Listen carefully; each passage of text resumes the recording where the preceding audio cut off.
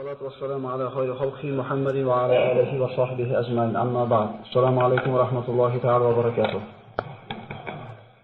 Alloh subhanahu va taolo Qur'oni Karimda marhamat qiladi.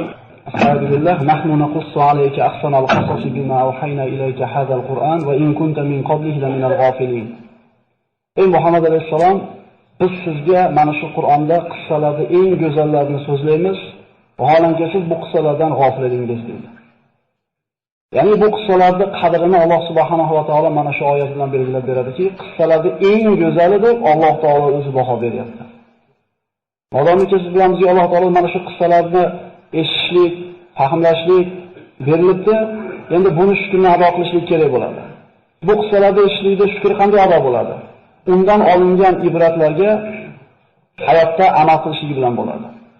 Shunda Alloh taolo aytadi: "Va ista'azzana robbukum la in shakartum la azidannakum."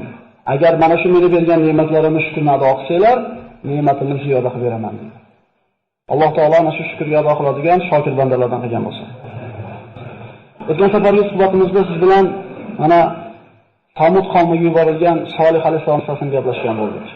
Va u qissadan bir qancha bu xulosalar olindiki, eng asosiy olinadigan xulosasi shuki, Alloh taolo bir bandaga la ilaha illalloh kalimasini, qalbiga iymon degan ne'matni berishlikni xohlamasa, insonga bitta emas, 100 ta tuyani toshdan chiqarib berganda ham so'yib yeb qo'yishaverar ekan.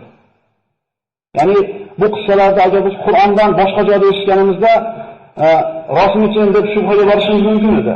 Lekin Qur'onda bayon qilinganligi uchun bularning haqligida shubha qilinmaydi. Demak, bandalarga berilgan eng katta ne'mat bu la ilaha illalloh Muhammad rasululloh ne'mati ekan. Mana u qissadan olgan xulosalarimiz shundan bo'ldiki, ana shu tuyani ularning talabiga ko'ra, ana shular aytgan sifatga ko'ra Alloh taolo yaratib berishiga qaramasdan, baribir Allohga osiy bo'lishdi. Demak, insonning hidoyatga kelishligiga mo'jiza yoki bir masala sabab bo'lmaydi, Alloh taolo agar o'zi iymon degan kalimani bermasa. Va yana ko'rdikki, ana shu tuyani oyog'ini sindirgan kishi haqida Alloh taolo aytdi: "Idin ba'asa ashqoha." Tuyani o'ldirishlikka o'zini qavmidagi eng badbaxtini yuborishdi deydi. Ya'ni biz hayotda bir odamga yaxshi yomonga baho berayotganimiz u bizni bahoyimiz. Odam sifatida odamga baho beramiz. Lekin bu kishining badbaxtligini Alloh taolo o'zi aytayaptiki, avvalgilarda yashab o'tganlarning eng badbaxti bu ana shu Qudor ibn Salif ibn Jib deyildi. Ana shu tuyani oyog'ini sindirishlik kerak edi. Shu ishni kimdir qilish kerak edi. Allohga hamdlar aytaylik birodarlar. Siz bilan meni ana shu ishda ishlatmabdi. Chunki Alloh qodir edi. O'sha zamonda yaratib turib, ana shu tuyani go'shini yeganlar qatoriga qo'shib qo'yishlikka Alloh qodir edi. Alhamdulillah deylik birodarlar. Bu ne'matni shukrga ado qilaylik. Alloh taolo o'zi bir tavfiq bersin. Mana qavm o'zini talabidagi mo'jiza kelishiga qaramasdan osiy bo'lgandan keyin, balki ana shu tuyani so'yib yeb qo'yishganidan keyin Alloh taolo ularni qanchalik vayron qilganligini ko'rdik. Va ularda hozirgi kunda maskanlari borligini o'tgan safargi suhbatimizda aytib o'tgan bo'ldik. Madinaning shimoliy g'arbida, Madinadan taxminan 380 kilometr masofada ana shu Samud qavmining maskanlari mavjud. Alloh taolo aytadi: "Aql ishlatmaysizlarmi? Eslatma olmaysizlarmi?" Ular haqida agar Qur'on bizga so'zlamaganida, biz ular haqida eslamasdik ham, hech kim ularni bir nomini ham zikr qilmagan bo'lar edi. Mana undan keyingi qissaga o'tadigan bo'lsak, bu Qur'ondagi eng nodir, eng shirin qissalardan bu Ibrohim alayhissalom qissasi. Inshaalloh bu qissa bir necha suhbatimizni oladi va Qur'onda bu qissani qanchalik qadri balandligi mana 25 ta surada Ibrohim alayhissalom haqida so'zlanganligi o'zi bir hujjat bo'ladi. 25 ta surada 73 o'rinda zikr qilingan. 73 ta o'rinda Ibrohim alayhissalom qissasi zikr qilingan. Bu suraning qadri qanchalik balandligiga bir ishora qiladi. Qur'ondagi eng katta qissa Musa alayhissalomning qissasi. Undan keyingi o'rinda Ibrohim alayhissalomning qissasi turadi. U kishi payg'ambarlarning otasi, ulul azm minar rusul bo'lgan ana shu payg'ambarlarning biri, Ibrohim Halilulloh. Qissani boshlar ekanmiz. Ibrohim alayhissalomning hayotidan eng katta oladigan xulosamiz u kishi Allohga tavakkul qilishlikda ustoz bo'lgan kishilar. Bugun ana shu Allohga qilgan tavakkulini agar vaqtimiz yetsa, bitta haqida ko'proq so'z yuritamiz. O'zi shu bittasi 3 soat vaqt olishi kerak. Lekin Biz basharmiz, toqatlarimiz cheklangan, ana shu uyqular kelib ketgunga qadar gapiriladi inshaalloh. Bugun o'z ozgina kech qolyapmiz. Bismillahirrohmanirrohim. Solihlarning qavmi halok bo'lgandan keyin insonlar yana bir muddat tavhidda turishdi.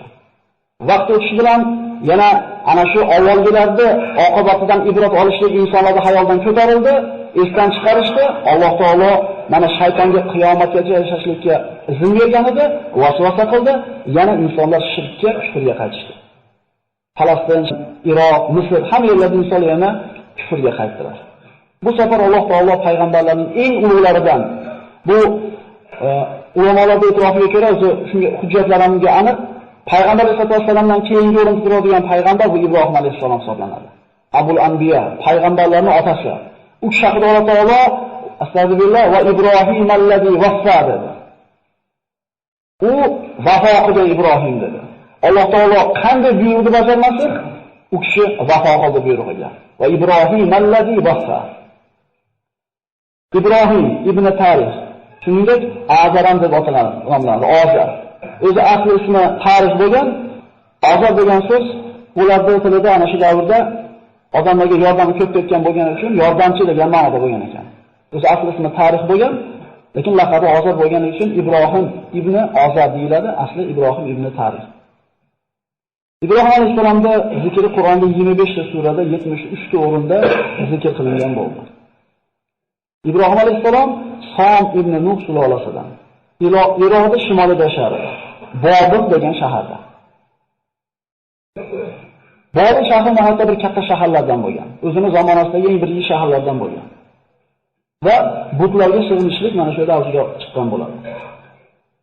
Astagfirullah va qala innama ittaqattum min dunillahi awsana mawaddata baynikum fil hayati dunya thumma yawmal qiyamati yakfuru ba'dukum bi ba'd va yal'anu ba'dukum ba'da va ma'wakum an-nar va ma lakum min nasirin. Ibrohim alayhissalom qavmiga aytadiki, albatta sizlar Allohni qo'yib butlarga ibodat qilishingni o'qidinglar. Qiyomat kunida biringlar ikkinchilarga kofir bo'lasizlar va biringlar ikkinchilarga la'nat o'qiysizlar. Qiyomat kunida hech kimni tanimaydi. Bu hammamizga aniq bo'lgan narsa. Yawma yafirrul mar'u min akhihi deydi Alloh taolo Qur'onda. Kishi o'zini akasidan tonadigan kun. Otasidan, onasidan, bola chaqasidan tonadigan kun. إذ قال لأبيه وقومه ما هذه التماثيل التي أنتم لها عاكفون قالوا وجدنا آباءنا لها عابدين. Ibrohim otasiga va qavmiga qarab aytdiki, bu sizlar sig'inayotgan timsollar, butlar nima? Sizlar e'tikof qilasizlar bularga. Ular aytdilar, otalarimizni mana shu butlarga ibodat qilayotganligini topganmiz va shu narsada davom etib ketyapmiz. Boshqa oyatda Alloh marhamat qiladi, إذ قال لأبيه وقومه ما تعبدون قالوا نعبد أصناما فنظل لها عاكفين قال هل يسمعونكم إذ تدعون أو ينفعونكم أو يضرون قالوا بل وجدنا آباءنا كذلك يفعلون. Ibrohim otasi va qavmiga nimalarga ibodat qilyapsizlar deb so'radi. Ular aytdilar, butlarga. Ularga ibodat qilishga davom etamiz. Ibrohim alayhissalom so'radi, sizlar duo qilsalar ular eshitadimi? Yoki sizlarga bir foyda yoki ziyon keltiradimi? Qavm javob berdi, otalarimiz shunday qilayotgan edi, biz ham otalarimiz ishini ota-bobomiz qilayotgan ishlayapti-da, endi biz o'zimizni tilga o'giradigan bo'lsak, demak, bu shirk otalardan meros qolgan. Ibrohim alayhissalom ularni ogohlantirdi. Inson ilohga nima uchun sig'inadi aslida? Biror bir ziyonni undan qaytarish uchun, biror bir manfaatni keltirish uchun, biror bir musibatni qo'shishlik uchun va hayotini tartibga keltirib berish uchun ilohga sig'inadi. Lekin bu butlar bularni birortasini qilishlikdan ojiz edi. Bu aloqalar na foyda keltira oladi, na ziyon keltira oladi. Ya'ni ba'zilarimiz hayotimizda shu bir o'rnashib qolgan bir shirkka o'xshagan bir narsalar bor. Tumorga o'xshagan yoki ko'zmonchoqqa o'xshagan. Bular zotida hech narsa qila olmaydi, agar Alloh xohlagan bo'lsa. Shuning uchun Alloh taolo aqlni nimaga bergan? Aqlni ishlatib Alloh taolo tanishlik uchun bergan. Ya'ni bu butlarga sig'inishlik, u narsalardan bir yordam kutishlik, taqana qoqib qo'yish, shunga o'xshagan ishlar bu shirkdan o'zi bo'ladi. Va laqad atayna Ibrohima rushdahu min qabl va kunna bihi alimin. Biz Ibrohimga hidoyatini ato etgan edik, bu haqida xabardor edik, biluvchi edik. Alloh taolo mana Qur'on Karimda Maryam surasida zikr qiladi. Da'vatni otasidan boshladi Ibrohim alayhissalom. Da'vat birodarlar, Allohning diniga targ'ib qilishlik ko'chadan bo'lmaydi. Rasululloh sollallohu alayhi vasallam vahiyni qabul qilgandan keyin kimdan boshladi? O'zini xonadonidan boshladi. Shuning uchun biz avval bolaga bir gapni gapirishdan burun o'zimiz yaxshi amal qilgan bo'lsak, bizdan qiyomatda so'raladigan kishilar bu xonadonimiz. O'zingizlarni va ahli ayolinglarni, bola chaqanglarni jahannam o'tidan saqlab olinglar demadimi Alloh? Agar biz o'zimizga qaraydigan bo'lsak, o'zimizni o'rgicha tarbiya qila olmayapmiz. O'zimizni ustimizda o'zimiz hukmron bo'la olmayapmiz. Endi birovga bir gajani qattiq tortayotgan mahal insof qilaylik. Xonadonimizga qaraylik. Namoz o'qimayotganimiz qancha, zikr qilmayotganimiz qancha, televizordan 24 soat chiqmayotganimiz qancha. Sho'g'i o'zi o'zing ko'r deydi, og'rimasa boshqa ko'r deydi. Boshqadan talab qilishdan buni o'zimizni uyimizga qaraylik. Demak, Ibrohim alayhissalom kimdan boshlayapti? Otasidan. Mana shu kitobda Alloh taolo Ibrohimni eslanglar. Vaqtiki u o'zining otasini da'vat qildi va albatta u siddiq nabiylardan bo'lgan edi. Otasiga aytdi: "Otajon, nimaga eshitmaydigan, ko'rmaydigan va sizdan biror narsani nari qilolmaganiga sig'inasiz? Ey otajon, albatta menga Alloh tomonidan ilm keldi, bu ilm sizga berilmagan edi. Menga ergashing, sizga to'g'ri yo'lga yetalayman. Ey otajon, shaytonga ibodat qilmang. Shayton Allohga, Rahmonga osiy bo'lgan edi. Ey otajon, albatta men sizga Rahmon tomonidan alamlantiruvchi azob kelishidan qo'rqaman va shaytonga do'st bo'lib qolishingizdan qo'rqaman." E'tibor bering. Otajon. Ud'u ila sabili robbika bil hikmati wal maw'izati al hasana. Parvardigorining diniga hikmat bilan, chiroyli ma'ruza bilan da'vat qiling. Idfa billati hi ahsan, fallazi baynaka va baynahu adawatun ka'annahu waliyyun hamim. Alloh aytadi Qur'onda: "Fattaqulloha va yu'allimukumulloh." Allohdan sizlar qo'rqinglar deb, hamma o'zini o'rgataman. Hamma o'zini o'rgataman. Biz juda ko'p hayotdagi muammo kamchiliklarimizni o'zimiz hal qilayotgan odamlarga o'xshaymiz-da. Sahobalar Allohga tamomiy taqvo qilganligi uchun Alloh taolo har qanday ishni o'zi o'rgatdi. Subhanalloh. Biz Allohga suyanishlikni, Allohga tavakkul qilishlikni bilmayapmiz. Alloh taoloni tanimayapmiz. Siz bilan bir kishining o'rtasida adovat bo'lsa deydi Alloh taolo. U bilan yaxshi muomala qiling demayapti. Eng yaxshi muomala qiling deyapti. Hasan demayapti, ahsan deyapti. Yana tilda shunga birodarlarimiz farqiga bo'ladi. Eng go'zal muomalani qiling, shunda siz bilan adovatlashib yurgan kishini o'zingizga eng yaqin do'st bo'lganligini ko'rasiz deyapti. Hadis. Qilamizmi shuni? Shuning uchun o'rtamizda ana shu adovati bor odamlarning soni ozayishidagi ko'payib boryapti. Alloh taolo o'rgatyapti bu yerda. Otajon deyapti. Shuning uchun birodarlar, aka-ukalarimizni, opa-singillarimizni namozga yoki bir taqvoga targ'ib qilganimizda hikmat bilan savdogar odam o'zini ana shu qo'lidagi tovarini o'tkazish uchun nima qiladi?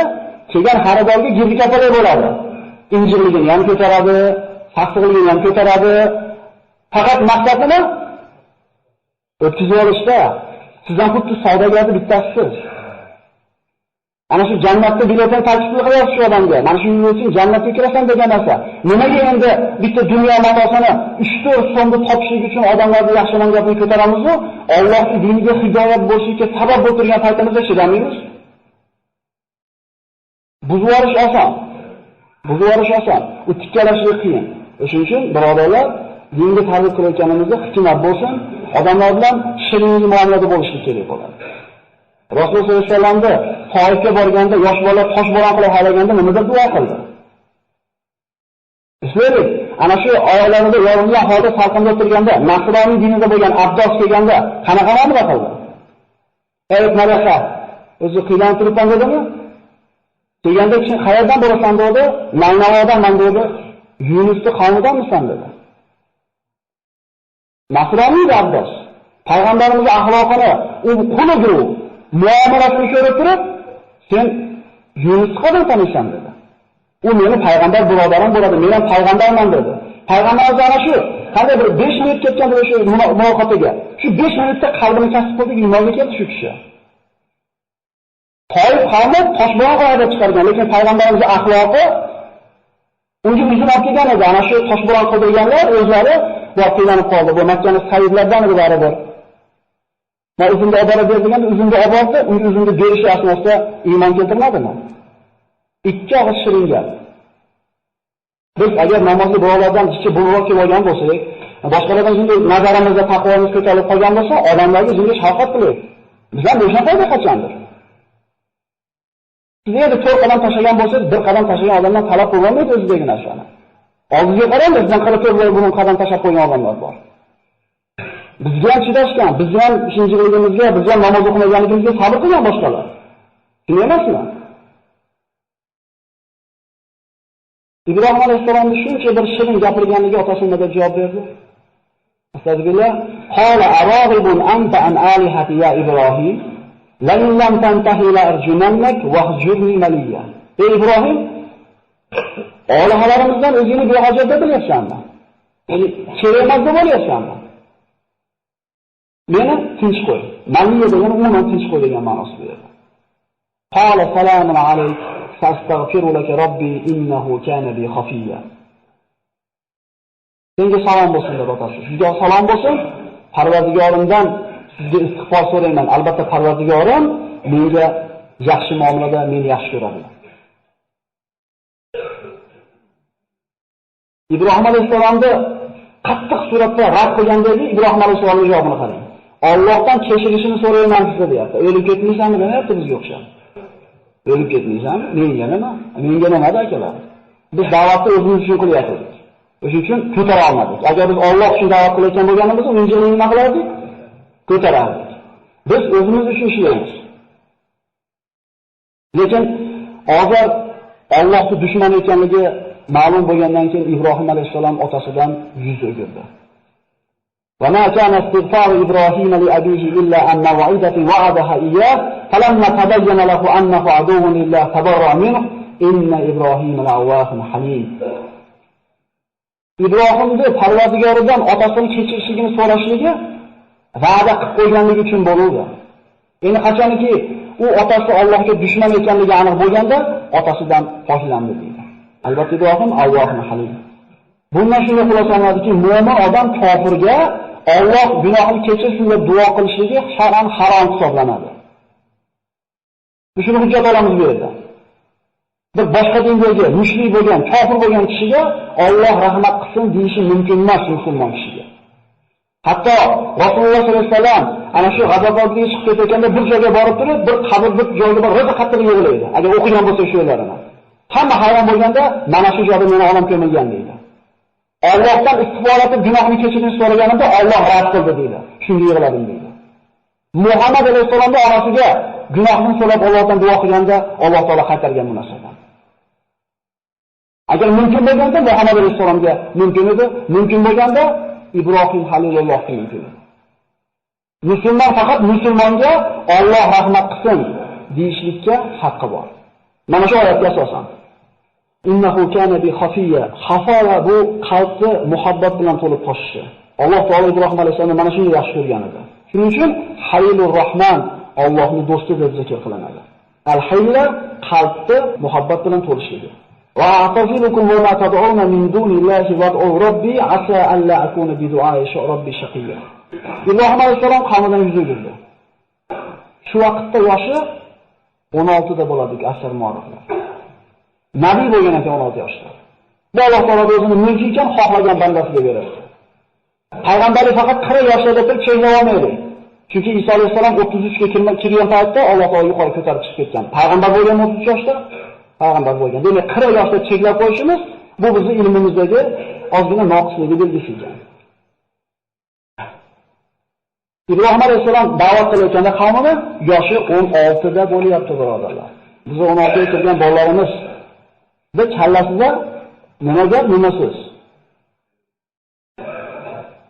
Biz nima bilan to'g'izgan bo'lsak, ular kallasini shu 16 yoshgacha shunaqa bilan to'lgan. 3 litrli bankaga nimani solsangiz shu bilan to'ladi. Agar siz to'g'izmasangiz, to'g'izib ketyapti ko'chadan. Hech kim uyda so'kinmaydi akalar. Qayerdan o'rgandik so'kinishni? Ko'chadanmi? Ana shu bankasiga, ana shu kallasiga biz kerak bo'lgan so'zlarni yozib o'sha papkalarni to'ldirib qo'ymasak, ko'chadan to'ldirib olyapmiz. Biz bolalarimizni jismini, kiyimini, qonini to'g'rishligi bilan boshidagi toni bilan ovora bo'lyapmiz-ku, ana shu qalbi bilan ovora bo'lmayapmiz. Ibrohim alayhissalom nima qilishni o'ylay boshladi. Tabiillah va tallahi la aqidanna asnamakum ba'da an tuwallu mudbirin. Ana shu shirkda asli manbai bo'lgan butlarni yo'q qilishni qasd qildi. Mana nozik bitta joyi shu bo'ladi, xulosa qilamiz. Ya'ni shu butlarni sindirib olsa, odamlar butga sig'inmay orada yashaydi, birodarlar.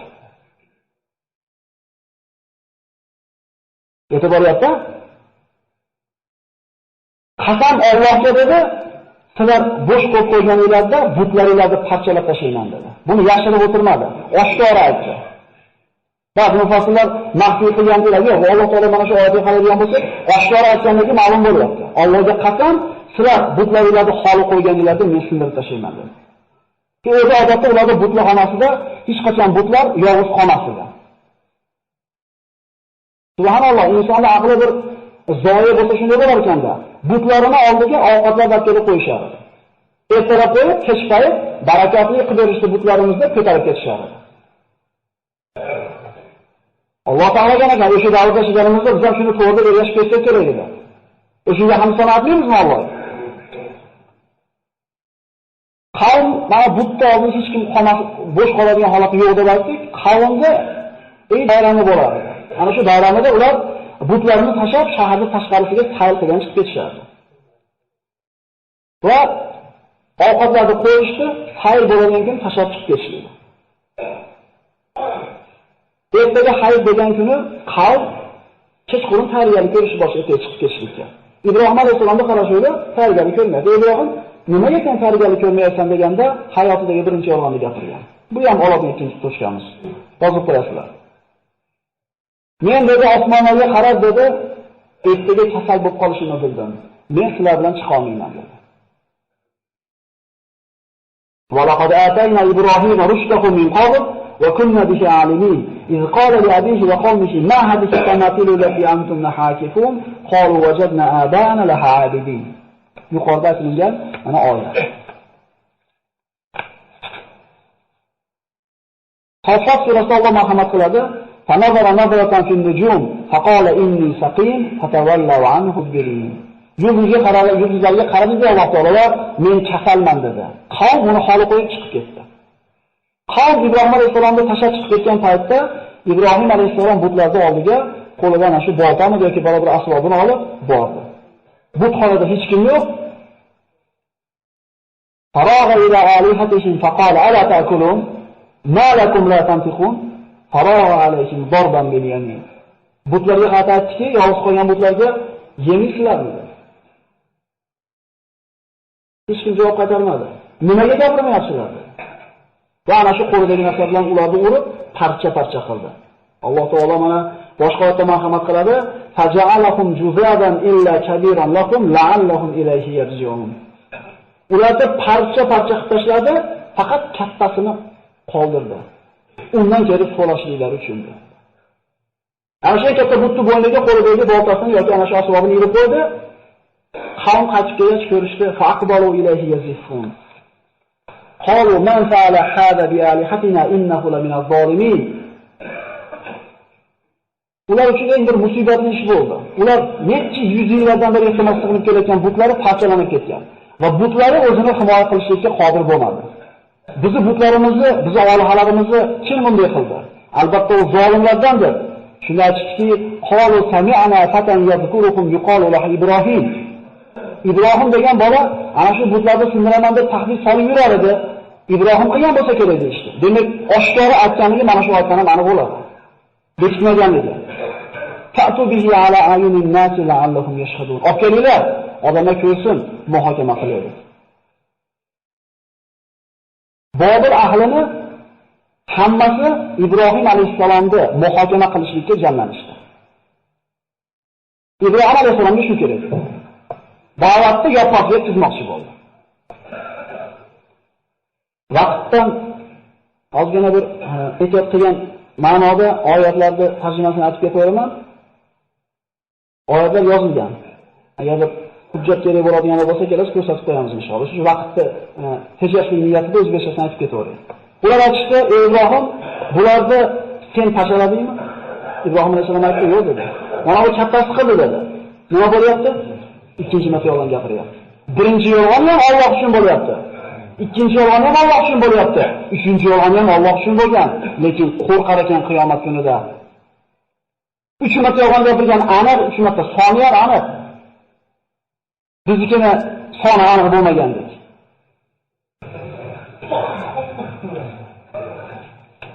Agar gapirsa, so'raylik ulardan dedi. Shunda hammasi shu o'ziga qaytdi, o'ziga kelishdi. Aytdiki, "Innakum antumuz zolimun." Bu o'zingizlar zolim bo'ldinglar endi. Ya'ni gapirolmaydigan butga sig'indinglarmi? Demak, sizlar o'zingizlarga zulm qilgan bo'ldinglar. So'ngra boshlari yerga oqdi deydi. Ya'ni aqllari pastga oldi. Aql ishlatishlikka qodir bo'lmay qolishdi. Shunga Ibrohim alayhissalom ularga gap aytdiki, "Allohdan boshqalarni sizlarga foyda ham ziyon ham keltira olmaydigan butlarga sig'inasizlarmi? Uflaysizlarga" dedi. Va sizlar ibodat qiladigan narsalarga ham uf dedi. Shu deganimizni tilda akalar. Aql yurgizmaysizlarmi dedi. O'zingizlar yasab olgan butlarga sig'inasizlarmi? Alloh sizlarni yaratgandi-yu, sizlar nimalar qilib yuribsizlar? Bizga bu savol.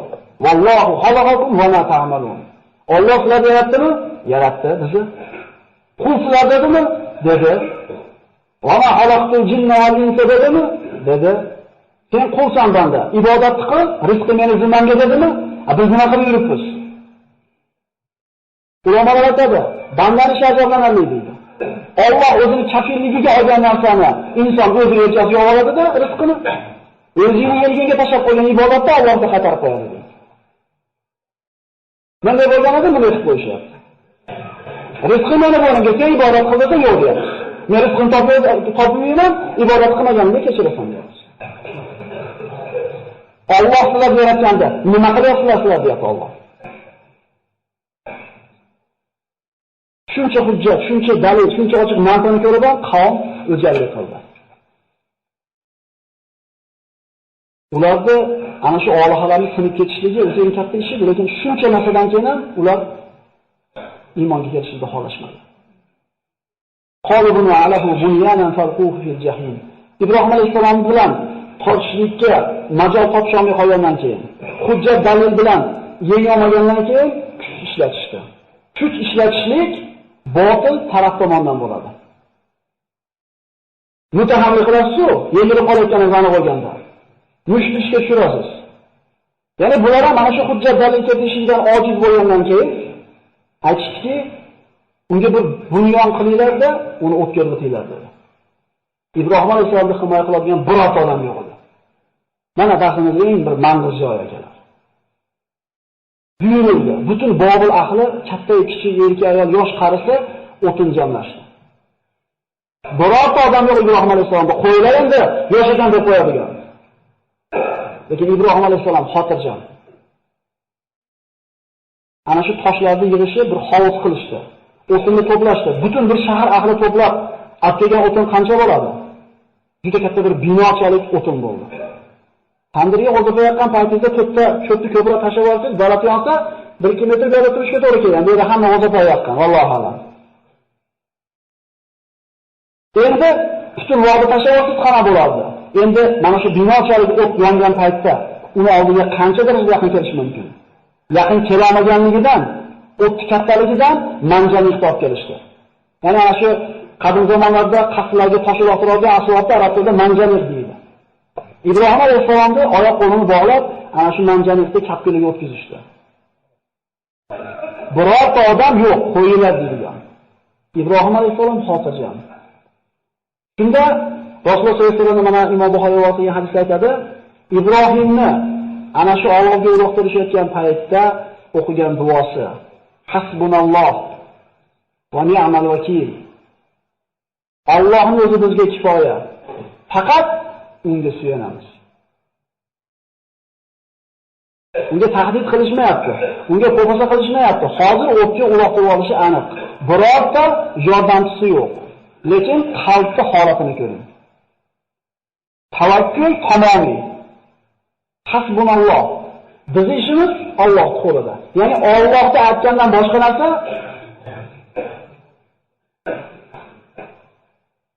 Ibrohim alayhissalomni otidan borishdi. Mana ba'zi rivoyatlarda zaif deyilgan ekan, lekin ibrat uchun keltiraveramiz. Ibrohim alayhissalom uloqtirib havoda uchib ketayotganda o'tga Jabir alayhissalom keldi. Alaka haja ya Ibrohim. Ey Ibrohim, bizga hojatingiz yo'qmi deb keldi. Allohga tavakkul qilgan bandasini xizmatiga kimlar o'zini taklif qilyapti? Kim akalar Jabir alayhissalom? Shadidul quva akalar. Lut qavmini qanotini uchi bilan to'ntarib qo'ydi yerga. Mana shunday qudrat egasi, Alloh yaratgan mahluqotning eng ulug'i bo'lgan Jabir alayhissalom bizga xizmati yo'qmi deb kelyapti. U istamoqda kim yordam berar ekan, qayerga borsamikin demaganida, Allohga topshirib qo'ydi o'zini. Bunaqa bandasini Alloh tashlab qo'ymas ekan. Ibrohim va Ibrohim allazi vaffa deyapsiz. U vafo qilgan Ibrohim edi. Mana shu o'rindan vafo qildi. Ibrohim alayhissalom shunday qarabki, sizga nima dedi? Sizga hojatim yo'q. Kimga so'rayapti? Yana rivoyat keladi. Yomg'ir farishtalari ham zaif ibrat uchun aytamiz. Yomg'ir farishtalari Allohdan izn so'raydi. Parvozga Ibrohimga o'tib o'tishdi. Ruxsat ber, yomg'irni yog'dirib o'chirib qo'yapti dedi. Kimlar xizmatiga o'tyapti? Kimlar himoyasiga o'tyapti? Jabir alayhissalom javob berdiki, sizga nima dedi? Sizga hojatim yo'q dedi. Ammo Robbimga hojatim bor, lekin Robbimga aytishimga ham hojati yo'q dedi. Bilib turibdi madamni o'tayotganini, Robbim shu yerda deyapti. Aytishimga ham hojati yo'q deyapti. Robbim yaxshi biladi menga nima kerakligini deyapti. Biz o'zimiz bilamiz bizga nima kerakligini. Bilamiz, rangini ham bilamiz, bu narsani, sifatlarini ham bilamiz, narxini ham bilamiz, raqobatini ham bilamiz. Biz o'zimiz bilamiz. Ibrohim alayhissalom o'ziga nima kerakligini ham aytmagan ekan. Chunki Robbisi bandasini nimagadir muhtojligini yaxshi bilishiga iymon keltirgan ekan.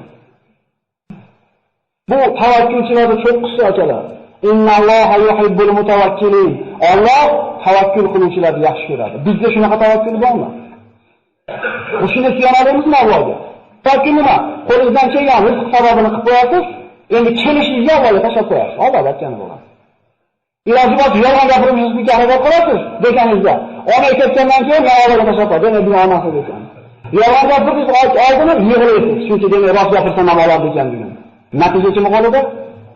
Biz yolg'on gapirganimiz uchun bo'lib, rost gapirganimiz uchun kambag'al qolmaymiz. Bu rizq masalasi bu.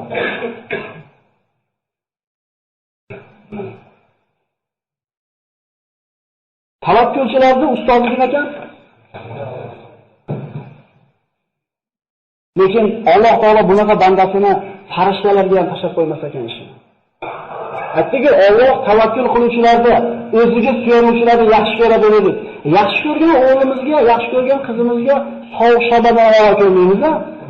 Alloh taolo rahim degan, shafqat degan sifatini yuzga berdi deyiladi hadislarda. Shundan bittasini dunyoga chachib qo'ydi deydi.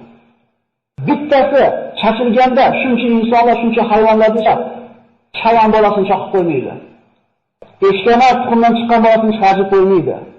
Yitqish sher bolasini shu etlab qo'yib borib qo'yadi. Hattoki hammasini g'ofil ota emizli bolasini orqasiga yotqizib qo'ysa nima bo'lmaydi? Boslamaydi. Bu nima sabab? Alloh mehrni joylab qo'ygan qalbiga. 100dan bir mehrni berib qo'yganda insonlar chachilgan shuncha rahmat uchun Alloh taolo shu 100 rahim shafqatning egasi bo'lgan Parvardigor yaxshi ko'rgan bandasini tashlab qo'yar ekanmi? Va man yatawakkal alallohi fa huwa hasbuhu. Kim Allohga tavakkul qilsa, g'amini Allohga topshirsa, bu odamning hisobi Allohning zimmasiga emasmi? Biz shunga tavakkal qila olyapmizmi Robbimizga? Biz Robbimizni tanimizmi shunchalik? Qani hamimizni Allohga topshirib qo'yishlik darajasida tanimizmi? Shuning uchun g'am tugamayapti asallar. Bir qilsa 2 kerak bo'lyapti, 2 qilsa 5 kerak bo'lyapti. Chunki Teva bilan aloqamiz zo'r emas. Ibrohim bilan o'tib uloqilgan ham Alloh deyapti, tushib ketgan ham Alloh deyapti. Alloh taolo bu bandasining ishini hech qaysiga topshirmadi. Allohning ishi bu kabi farishtalar ham tez bo'ldi. Kunna ya naru kuni bardan va salaman ala Ibrohim. Fa'aradu bihi kaydan faj'alnahum al-asfalin. Biz aytdik, ey o't, Ibrohimga sovuq bo'ling va salomat bo'ling. Uni kuydirish kerak bo'lgan o't Alloh taoloning mulki emasmi? Alloh taoloning quli emasmi? O't kuydirmaydi birodarlar. Pichoq kesmaydi. Agar Alloh ulardan bu qudratni olib qo'ysa. Demak, zotida bu narsa qila olmaydi. Shunday emasmi? Abdulloh ibn Abbos aytadi mana shu oyat sharhida. Agar Alloh taolo o'tga sovuq bo'ling deb turib, salomat bo'ling demaganida, o'tni sovug'ini ziyon tegib qoladi Ibrohim dedi. Ko'rasiz, Alloh taolo qanday bu bandasini mushkulini oson qilyapti. Chunki topshirganda g'amini, natijani o'ylamayapti.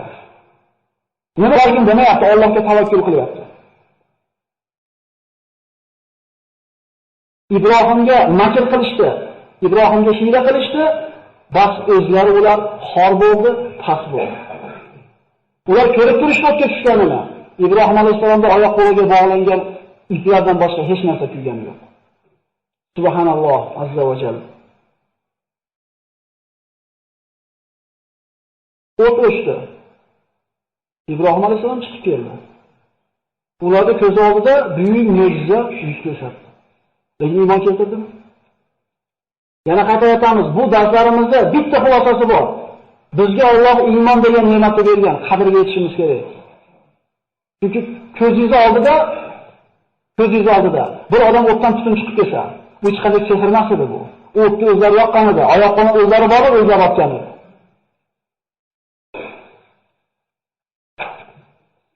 Ibrohim alayhissalom ba'zi rivoyatlarda keltiriladi, hayotning eng lazzatli kunlari deydi.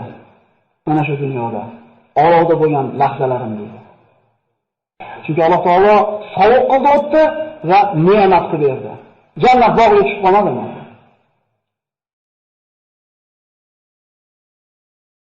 Qavm shundan keyin kofirligicha qolaverdi. Tayyorgarligimizni yarmiga yetib olmadi, inshaalloh keyingi darsda davom etamiz. Xulosalaymiz. Ibrohim alayhissalom butlarni sindirdi. Oqibati nima bo'ldi? O'tga uloqtirishdimi? Bu qissalarda bir ko'ngilxushlikka eshitib qo'ymaydi birodarlar. Bundan xulosa olaylik. Musa alayhissalom bitta Yahudi ilmani Misrlik qibtiyni bir shafaroq qilib o'ldirib qo'ydi. Nima bo'ldi? Qavmini tashlab chiqib ketdimi? Ibrohim alayhissalom butni sindirib qo'ydi. Nima bo'ldi? O'tga uloqtirdimi? Alloh taolo bizga o'rgatyapti. Ey musulmonlar, bir ishni qilishdan burun oqibatini o'ylaylar. Agar shu qiladigan ishlarda oqibatida ziyon keladigan bo'lsa, qilmaylar deyapti. Tushunarlimi? Odam alayhissalomda bir rivoyatda bir chiroyli farzandlar qilgan 5 ta nasihati bor ekan, shu bilan tugatamiz inshaalloh suhbatimizni. Odam alayhissalom mana shu vafot yaqin bo'lganda bir rivoyat ekan, endi bu ham ibratlanadigan. Farzandlarini yig'ib turib aytgan ekanki, ko'zi og'lashgan bo'lasam deb qimillab olsalar, qonalanib uyqu yosiladi. Mana bir shirin joy keldi-da. Nasiya bergim kelmayapti. Farzandlarim to'plab aytgan ekanki, bolalaringizga aytinglar, yana biz otamiz aytayapti. Dunyoda xotirjam yashashmasin. Chiqib ketishligi haqida xotirjam bo'lib qolishmasin. Dunyoga musofirligi esdan chiqmasin. Biz dunyoda abadiy yashaymiz deb xotirjam bo'lmasin. Chiqib ketishligini esdan chiqarib qo'yishmasin. Agar men ham jannatdan chiqib ketishim mumkinligini esdan chiqarmaganimda, menga yetgan musibat yetmasmidi ekan. Alloh taolo aytganmidi? Mana bu jannat. Vaqtdan boshqa gaplashganmiz, eslasanglar. Sen yaram qolmaysan, chanqamaysan, qelamaysan deganmidi? Yana mumkin emas daraxt dedi. Mana u dushmaning dedi.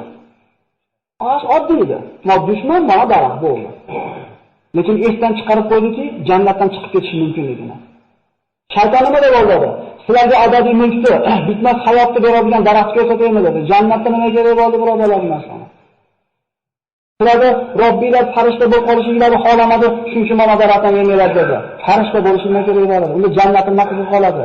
Erkak ayolli bo'lmasa, ovqat yeyolmasa farishtalarda u jannatda nima qiziq qoladi? Kerak emas narsalarga qo'ymadimi? Dunyodan chiqib ketishini farzandlaringiz esdan chiqarmasin. Chunki men esdan chiqarib qo'ydim, musibat yetdi menga. Ikkinchi nasihati. Bir ishni qiladigan bo'lsanglar dedi. Bu otamizning nasihati birodarlar. Oqibatini o'ylaylar. Shu ishning oqibati nima bo'lishiga haqida fikr yuringlar. Agar men shu mevani yeyishdan burun nima bo'lishini oqibatini o'ylaganda ehtimol yemasmidim ekan, ehtimol jannatdan quvilmasmidim ekan. Bu hayotiy tajribasini gapirib beryapti birodarlar bizga. Bir ish qilishdan buni oqibatini albatta o'ylaylik. Nimaga olib boradi? Bu yaxshilikmi, yomonlikmi? Menga shu narsa to'g'ri ko'rindi, qilaman, aytib olaman, keyin nima bo'lsa bo'lasin deyilmaydi. Rasululloh sollallohu alayhi vasallam bu ishlarni qilgani hech qaysini. Rasululloh qodir edi, Hamzaga bor Abu Jahl o'ldirib keldi ishlikka. Umarga qodir edi aytishlikka bor, Abu Sufyon bo'g'ib qo'ydi ishlikka. Buyurdimi? Rasulullohga ergashmaymizmi? Musulmonlar qancha aziyat ozod chekkan bo'lsa ham sabr qilmadimi? Alam tara ilallazina qila lahum kuffa aydiyakum aqimus solat. Ko'rmizlarmi Alloh taolo? Shunday kishilarniki biz ularga qo'llarni tiyinglar, namozni o'qib sabr qilinglar dedi ularga. O'ylash kerak oqibatini bir ish qilishdan, bir gapni gapirishdan burun. Uchinchi nasihati, bir ish qilishdan burun maslahat qilinglar deydi. Aql egalari bilan. Bilimdan bo'lmanglar, hammalar o'z o'ylashga deyapti. Shuna hamki, shu ikkita kitob ko'rib olgan bo'lsalar, ikkita hadis topib olgan bo'lsalar, olim bo'lib qolyapsiz. Shunday emasmi? 20 ming rubodan qarasangiz, mana shu yerda o'tirganlarda bir 10 dan biri ko'rinadi. Kattaroqda qarasangiz, ko'proq ko'rinadi. Endi olib tashlasangiz, hammasi ko'rinyaptimi? Mana shu turda ilm bo'ladi. Ilm o'g'irida kamroq gapiradigan bo'lib qolamiz. Kamroq fatvo berib, kamroq odamlarni taqaydigan bo'lib qolamiz. Bu bizning ilmsizligimizdan. Biz qilib turib problemaga yechilganini maslahatga boramiz. Domla ustalarni qo'yib, jo'raboni, bunaqa o'shani talab qilishdan burun tarbiya qilishlikni maslahatini olgani kelmadinglar. Endi shunday topasan endi. To'rtinchisi, ayollaringizga havoyi nafsiga ergashmanglar. Zero men ana shu ayolimni havosiga ergashib qo'ydim. Havoyi nafsiga ergashmanglar deyapti. Ar-rijalu qawwamuna 'ala an-nisa. Erkaklarga ayollar Alloh rahbar qilgan. Erkak degan. Biz qabul qildim deganmiz akalar. Roziman qarshilamaganmiz biz. Biz erkakmiz. Shuning uchun rahbariyat oilada erkak kishining qo'lida bo'lsa, o'sha yerda bir tinchlik totuvlik bo'ladi. Hayotimizni qiynayotgan kim? Mana shu ayollarimizni orzu havosining orqasidan qul bo'lib yuribmiz. Shunday emasmi? O'zimizni bir marta borib sanatoriyaga borib domali bir shifolanishlikka pul yetmaydi. O'zi eshakga ishlaymiz o'zi. Ana shu orzu havosni ko'tidan quvayotgan ayollarimizga qul bo'lib qo'yganmiz. Achchiq bo'lsa ham achishimiz kerak bu narsani. Va 5-nasihati qalbingizga quloq solinglar degan ekan. Biror ish qilmoqchi bo'ladigan bo'lsanglar, qalbingizga quloq solinglar. Musulmonning qalbi yaxshi yomonga ajrashlikda uje o'lchov bo'lib qolar ekan. Ko'ngli chopmaydi-ku. Bolalarga ishda, qisqa bolalarga bari ko'nglingiz o'ynayapti-da. Men shu mevani yeyishlikka jazm qilganimda qalbim bir istirobga tushgan edi. Bu harom narsaga qilishlikda qalbga quloq solinmaydi. Aralashib desiz, qalbingiz xuddi unga emas. Mumkin bo'lgan ishlarni qilishlikda qalbga quloq solinadi. Tushunarlimi? Bu 5-nasihat. Bir ish dunyodan chiqib ketishdan chiqarmaylar. Ikkinchisi, bir ish qilishdan va oqibatini o'ylaylar. Uchinchisi, maslahat qilinglar. Havoyi nafsiga ergashinglar ayollaringizga va qalbingizga quloq solinglar. Demak, bugunga ajratilgan vaqtimiz nihoyasiga yetib qoldi. Inshaalloh keyingi suhbatda qissani qolganini davom ettirgan bo'lamiz inshaalloh. Assalomu alaykum va rahmatullohi va barakatuh.